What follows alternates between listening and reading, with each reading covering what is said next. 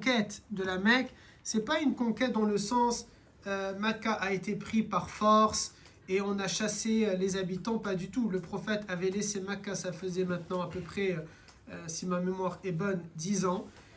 Le prophète a dû quitter, vous savez, ça a été la hijra, un ordre de Dieu pour le prophète et les compagnons. Il y a toute une question, est-ce que la hijra est obligatoire ou pas? Je vous renvoie là aussi à la série sur le prophète alayhi salam que je fais. Il y a un épisode qui s'appelle, de mémoire, il me semble c'est l'épisode 41 ou 42, la non-hijra des compagnons, dans lequel je vais parler de plusieurs compagnons qui n'ont pas fait la hijra et du caractère obligatoire ou non de la hijra et du contexte par rapport à nous aujourd'hui. Certains, vous savez, c'est notamment ceux qui ont une vision intégriste ou littéraliste de l'islam. Ils ont considéré on doit quitter une terre qui n'est pas musulmane pour aller dans une terre musulmane et donc la hijra serait obligatoire. Ça n'a pas vraiment de sens. Ça n'a pas de sens pour plusieurs raisons.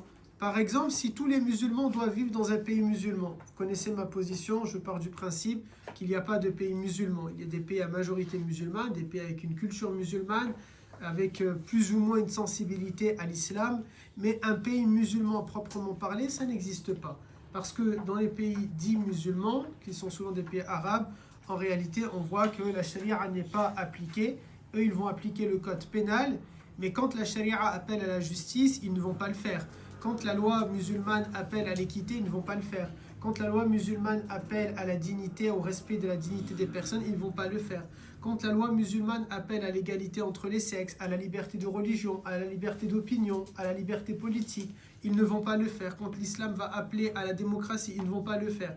Et qu'est-ce qu'ils vont faire? Quelques éléments du code pénal, peut-être la peine de mort et ce genre de choses. Sauf que ça, c'est 0,5% du code de l'islam et des lois de l'islam.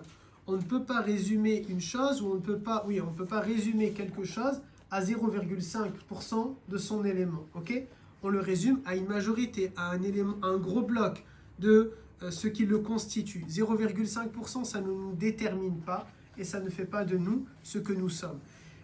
Mais bon, les gens, ils ont aimé nous définir de cette manière-là. Pourquoi j'étais en train de dire ça concernant Fatah Makkah? Ils ont donc pensé à tort que le prophète alayhi salam va revenir et il va conquérir Makkah par la force. Non. Quand on le remet dans le contexte, il a été chassé de chez lui, il a dû faire la hijra et il y a eu un pacte entre Quraysh et le prophète. Ce pacte a été rompu. Le prophète a fait appel à toutes les tribus alliées.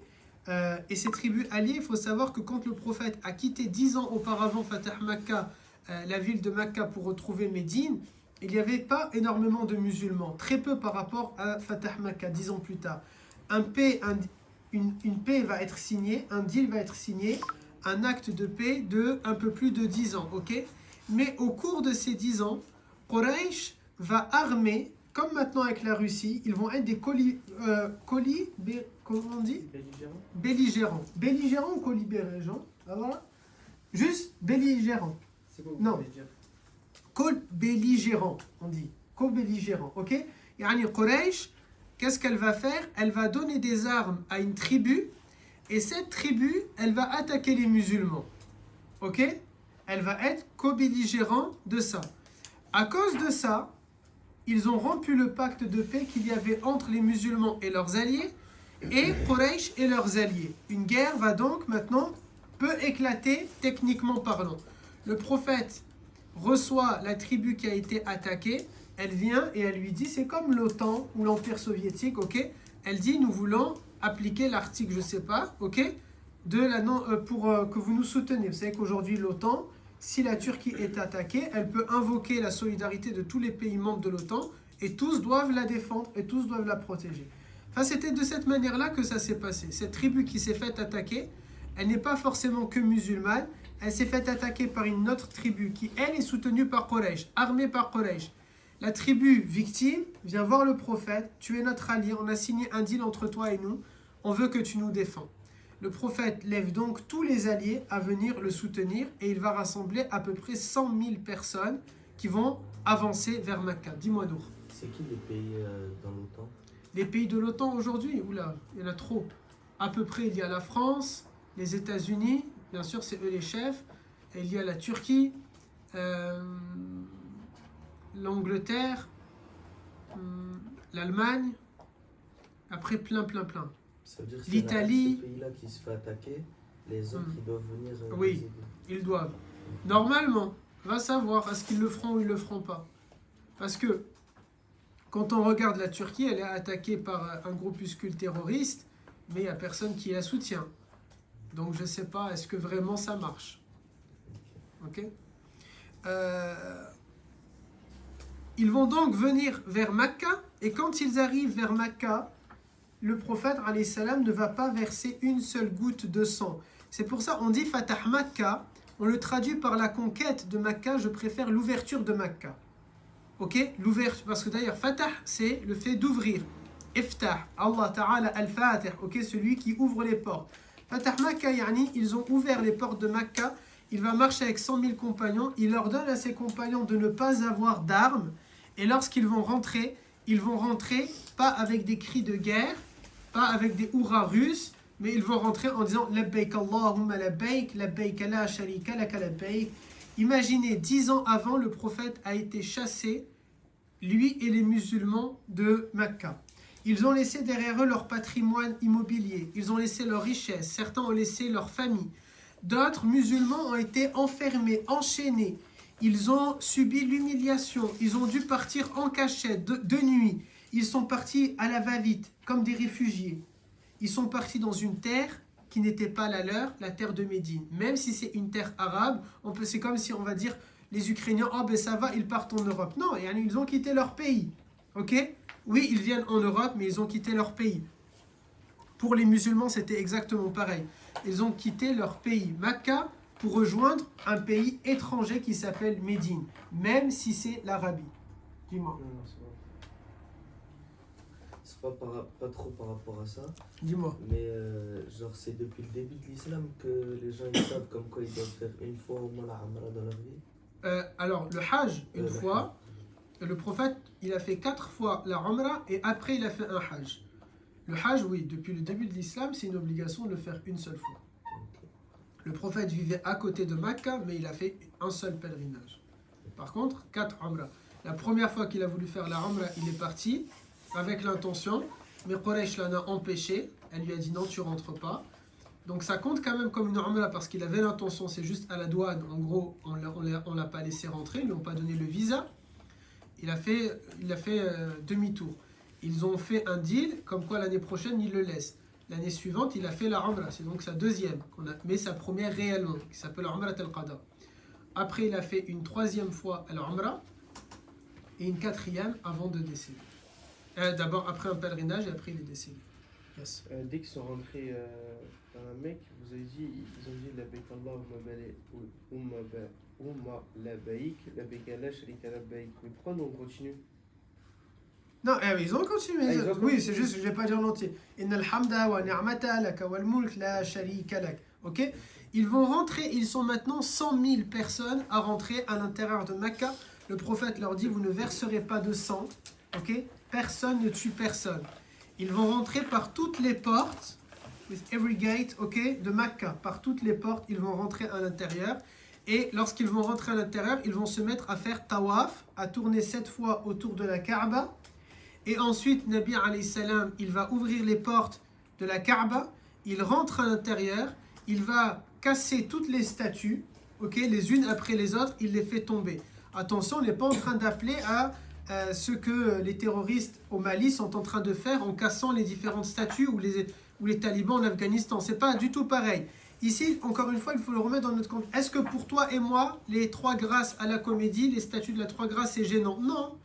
Est-ce que tu as le droit, est-ce que c'est halal de faire une photo devant? Il n'y a pas de problème. Bon, les 3 grâces, c'est pas très pudique parce qu'elles ne sont pas habillées, ok? Mais en soi, techniquement, on n'a aucun problème avec la statue en soi. Tu vas aller au jardin du Pérou, tu veux faire une statue, une photo, tu veux faire une statue, je sais pas, je crois pas qu'on te laisserait la faire, mais tu veux faire une photo devant la statue de Napoléon ou de Charlemagne, il n'y a pas de problème. Ok, il n'y a pas de mal. L'islam n'appelle pas à détruire ces statues-là. On n'a aucun souci avec ça. Ici, pourquoi alors le prophète a détruit ces statues-là? Qui peut me dire à votre avis? Oui. Parce que les gens les adoraient. Non, mais même là, si on va partir, parce que si on dit ça, c'est les talibans, ils disent pareil. Ils disent on a cassé les statues parce que les gens les adorent. Mais nous, on leur dit l'islam ne te dit pas de faire ça. Eux, ils vont nous répondre, mais Mohammed alayhi salam l'a fait dans la Kaaba, il a cassé les statues. Qu'est-ce que nous, on va leur répondre? Bon, déjà, on va pas leur répondre, parce que s'ils nous voient, ils vont nous mettre une balle dans la tête. Mais admettons, dans un monde utopique et magnifique, on peut s'asseoir autour d'une table et discuter avec eux. Je pense pas que ce soit ça, mais parce qu'ils ont. Attends, cassé pardon, les- parce que parfois je me dis ça. Wallah, si je pouvais offrir mes services à l'État, je vous ai toujours dit, donnez de votre temps à l'État, protégez votre pays. Wallahi, si c'était possible, mais je pense pas, parce qu'il faudrait une certaine capacité, je pense, mais si c'était possible, moi je suis partant pour qu'ils m'invitent quand il y a des terroristes complètement fous qui se déclarent de l'islam et qui font des prises d'otages, ce genre de choses, moi je vais venir. Je vais essayer de les remettre à leur place. Ils connaissent rien d'habitude sur le hadith et sur le verset du Coran. Vous voyez, c'est ce genre de terrorisme. Rien que je vais lui dire, récite-moi la Fatiha sans faute, on va voir. Ou bien sur ce genre de choses, il va dire, oui, mais l'islam a dit, le prophète a dit, attends mon frère. Et on va essayer de les remettre. Et ça, je ne sais pas, ce serait une bonne idée qu'un groupe de religieux musulmans, des savants, ils vont former une unité et ils vont offrir leur service à l'État. Mais je ne sais pas si c'est possible, parce qu'il y a une question bien sûr de séparation des pouvoirs. Moi, si je viens, j'essaye de parler. Si ça ne marche pas, je leur dis, envoyez une bombe et vous le tuez, c'est fini. On ne va pas se casser la tête. Je parle bien d'une bombe sur le terroriste. Hein? Non, mais on ne sait jamais. Dis-moi, Ayman. Parce qu'ils ont rompu le pacte, non? Non, c'est pas juste parce qu'ils vont rompre le pacte, il va casser leur statut. Pourquoi? Oui. Parce que ça gênait pour prier. Non, c'est pas pour ça. Si ça gêne pour prier, il les prend et il va les mettre dans la montagne. Il va les enterrer sous la terre. Pourquoi là, il y a un Nabi, il rentre, Ah, il les casse et certains il les a pas cassés, il les a donnés aux compagnons et eux ils les ont cassés. En 1000 morceaux. Pourquoi? Parce qu'ils associaient ça à Allah, ils disaient qu'il fallait parler au statut pour. Oui, parce que eux, pas Mohammed bien sûr, pas le prophète, mais les compagnons, eux, quand ils leur donnent et que eux ils vont casser, ils le font parce que justement, toute leur vie, ils ont adoré ça. Ils ont un dégoût. On s'est fait bra'at par ça. On s'est fait avoir par ça. De la même manière que les Irakiens, comme Saddam Hussein est tombé, qu'est-ce qu'ils ont fait? Ils se sont jetés sur sa statue. De la même manière que les Libyens, ils sont rentrés dans les palais de Kadhafi, ils ont tout cassé. Vous voyez? C'est exactement pareil. Ces choses-là, elles nous ont oppressés. Ces choses-là, elles nous ont fait vivre dans l'ignorance. Ces choses-là, c'est pas que de l'oppression. Hein. C'était quoi le régime des statuts? Le régime de la Jahiliya. C'est pas de droit pour les femmes. Alors vous imaginez que les compagnonnes, quand elles sont en train de casser, c'est de la même manière que les Iraniennes quand elles arrachent les turbans des mollahs. Vous voyez? Elles cassent quelque chose qui leur a dit « Vous ne valez rien, vous n'êtes pas des femmes, vous n'êtes pas ceci. » Donc elles vont casser. À Sahabiyat, elles sont en train de casser pour cette raison-là. Et les compagnons sont en train de casser pourquoi? Bilal, s'il va casser, parce qu'on a dit à Bilal, tu es noir, donc tu n'as pas de rôle, tu n'as pas de droit. Ils vont casser parce qu'on a dit, c'est le père qui a toujours raison et l'enfant, il doit juste se taire et obéir. On va casser parce que ces choses-là, ces statuts-là, elles nous ont opprimés, elles nous ont enfermés, elles nous ont étouffés. Donc il y a une haine vis-à-vis de ça. Nous sommes de la même manière que le peuple français, ils ne se sont pas contentés de prendre le roi et de lui dire « Allez, bonnes vacances ». Tellement ils avaient la haine du régime monarchique qui était injuste auprès de eux, qu'est-ce qu'ils ont fait? Ils l'ont guillotiné. Ok? De la même manière. De la même manière au Yémen ou en Syrie, le peuple, il va essayer de rentrer dans les palais présidentiels et chasser les dictateurs. Ils ne vont pas juste lui dire « Allez, salam alaikum wa alaikum salam ». Là, il y a une haine parce qu'il y a toute une vie de galère à cause de ça. C'est exactement pareil. Voilà pourquoi les compagnons vont casser. Fafatah Makkah, c'était donc de cette manière-là. On est en train d'arriver, on n'a pas versé le sang. Les compagnons n'ont pas versé de sang. On rentre, on fait la talbiya, une parole qui est labbaik Allahumma labbaik. Je réponds à ton appel, ya Allah, je réponds à ton appel. Labbaik Allahumma labbaik, labbaik la sharika laka labbaik. Je réponds à ton appel, toi qui n'as aucun associé. Innal hamda wa ni'mata laka wal mulk la sharika lak. Et ainsi de suite, nous sommes en train de louer Allah Ta'ala. Aucun sang versé. Et le prophète a dit, même s'ils vont tendre une épée vers vous, vous ne la tendez pas. À tel point que Khalid, lorsqu'il rentre à l'intérieur, il y a un groupe de 4 personnes qui vont. Un, il va être Allahumma salli alayka ya sayyidi ya Rasulallah. Sur les 4, je crois, un seul ne se convertit pas à l'islam. Et 3 vont se convertir, parmi eux Safwan ibn Umayya, un compagnon que j'aime beaucoup. Ce Safwan-là, il va essayer de combattre avec Khalid et il va tuer un musulman, ok? Ils vont tuer un musulman. Et les autres musulmans veulent se jeter sur ce groupe de 4 et Khalid, il les retient. Il dit, Ya Khalid, il a tué l'un des nôtres. Il dit, ne faites pas couler le sang, tant pis, ne faites pas couler le sang. Ils vont réussir à s'échapper. Safwan, il fait partie des 4. Il s'échappe par peur que 100 000 personnes, eux ils étaient combien? 10 000, 10 fois plus nombreux. 10 fois plus nombreux. Il y a plus de 10 ans en arrière, leur première bataille qu'ils ont fait entre eux, les musulmans n'étaient que 300, Quraysh était plus de 1000. Et là, c'est pas 1 pour 3, c'est 1 pour 10, ok? Et il va à Safwan s'en aller. Le prophète, il va casser les statues avec les compagnons. Il dit à Bilal de monter sur la Kaaba. Ils vont faire le adhan. Il demande, amenez-moi l'ensemble de Quraysh qui n'étaient pas musulmans. Amenez-moi-les. Et le prophète leur dit, c'est ça Fatah Makkah, c'est pas une conquête dans le sens, on a répandu le sang, c'est pas, pour ça le terme conquête, en vrai, peut-être moi-même je l'ai utilisé, mais je trouve pas que c'est en réalité joli de l'utiliser. Et le prophète leur dit à ces 10 000, qu'est-ce que je vais faire de vous? Et ils vont dire, Akhun Karim, on sait de toi que tu es un frère généreux et ton père était généreux, vous voyez, ils passent de la pommade, ils ont peur.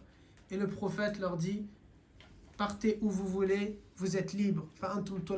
Vous êtes totalement libres. Et la plupart d'entre eux vont se convertir à ce moment-là à l'islam. Ok? Et c'est là où tous les hommes vont venir et vont faire la bay'a au prophète, l'allégeance. Et ensuite, toutes les femmes, elles vont venir, elles vont également lui prêter allégeance. Et là, le prophète, il va demander à un compagnon de venir et il va lui donner son turban. Le prophète enlève son turban. Ok? C'est très rare, c'est pas toujours qu'il va faire ça. Il enlève son turban.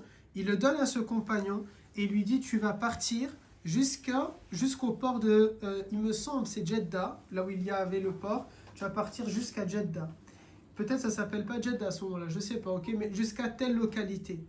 Et il y a Safwan là-bas, Ibn Umayya. Et tu vas lui donner mon turban et tu vas lui dire, le prophète t'appelle. Regardez comment il est beau cet homme. Malgré, il vient de tuer un de ses compagnons. Malgré qu'il a tardé jusqu'au dernier moment à se convertir à l'islam. Nabi alayhi salam, parce qu'il sait qu'est-ce qu'il y a dans le cœur de Safwan.